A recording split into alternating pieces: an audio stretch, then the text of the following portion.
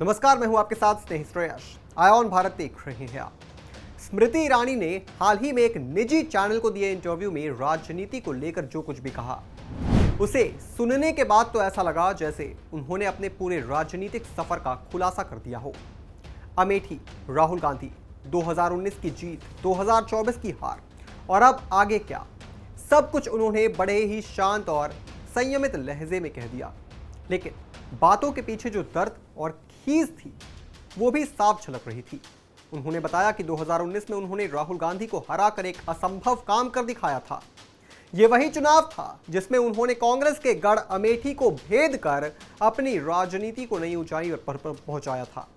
लेकिन 2024 आते आते कहानी थोड़ी पलट गई। इस बार अमेठी की जनता ने फैसला कुछ और किया और स्मृति ईरानी को हार का सामना करना पड़ा। अब हार तो हार होती है, लेकिन उसका विश्लेषण तो जरूरी है। उन्होंने कहा कि अगर उन्होंने काम नहीं किया होता तो हार का ज्यादा दुख होता।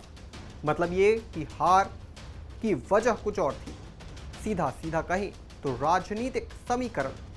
स्मृति ईरानी ने बड़ी ईमानदारी से यह भी स्वीकार किया कि राजनीति में सिर्फ काम करना काफी नहीं होता, समीकरण भी बनाने पड़ते हैं।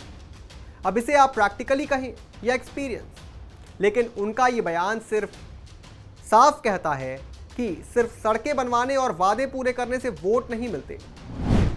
और फिर उन्होंने ये भी कहा कि 2024 में राहुल गांधी अमेठी से नहीं लड़े क्योंकि उन्हें हार का डर था, यानी मुकाबला तो हुआ ही नहीं तो लड़ाई कैसी। अब इसमें दिलचस्प बात यह रही कि जब उनसे पूछा गया कि वो अब राहुल गांधी पर पहले जैसे हमलावर क्यों नहीं होती, तो उन्होंने जवाब दिया कि क्योंकि उन्होंने मुझसे लड़ने से इनकार कर दिया था। युद्ध तो तब होता जब कोई मैदान में उतरता। अब अगर कोई मैदान में नहीं आया तो मैं क्या पीछे पीछे जाती। यह जवाब सुनकर लगा जैसे उन्होंने राजनीतिक तौर पर पीछे हटने का संकेत दिया हो। लोग कहने लगे जो जोश 2019 में था वो अब ठंडे बस्ते में है, और शायद यही राजनीति की असली सच्चाई है। स्मृति ईरानी ने यह भी कहा कि कोई भी समझदार नेता उस सीट से चुनाव नहीं लड़ेगा जहां से उसकी हार तय हो। यह वाक्य शायद अपने आप में बहुत कुछ कह जाता है। कहीं ना कहीं वो ये इशारा कर रही थी कि शायद कांग्रेस अब अमेठी को राजनीतिक तौर पर अनुकूल नहीं मानती, और शायद उन्होंने ये भी मान लिया है कि अब उस जमीन पर भाजपा के लिए भी रास्ता आसान नहीं है। उन्होंने ये कहकर भी सब कुछ साफ कर दिया कि 2019 में उन्होंने जो किया वो अद्भुत था, लेकिन 2024 में राजनीति के करवट ले ली। ऐसा लगा जैसे वो खुद को दिलासा भी दे रही थी और बाकी सबको ये समझा भी रही थी कि राजनीति में हार जीत से ज़्यादा अहम बात यह होती है कि आपने क्या किया और क्या साबित किया। और उन्होंने साबित कर दिया है कि वो एक मजबूत उम्मीदवार थी, भले ही इस बार नतीजा उनके पक्ष में नहीं रहा हो।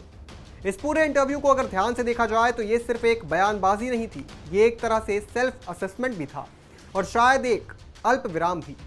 उन्होंने सीधे सीधे कुछ नहीं कहा, लेकिन उनके हर जवाब में एक राजनीतिक मोड़, एक संकेत और एक तरह की थकावट साफ दिखी।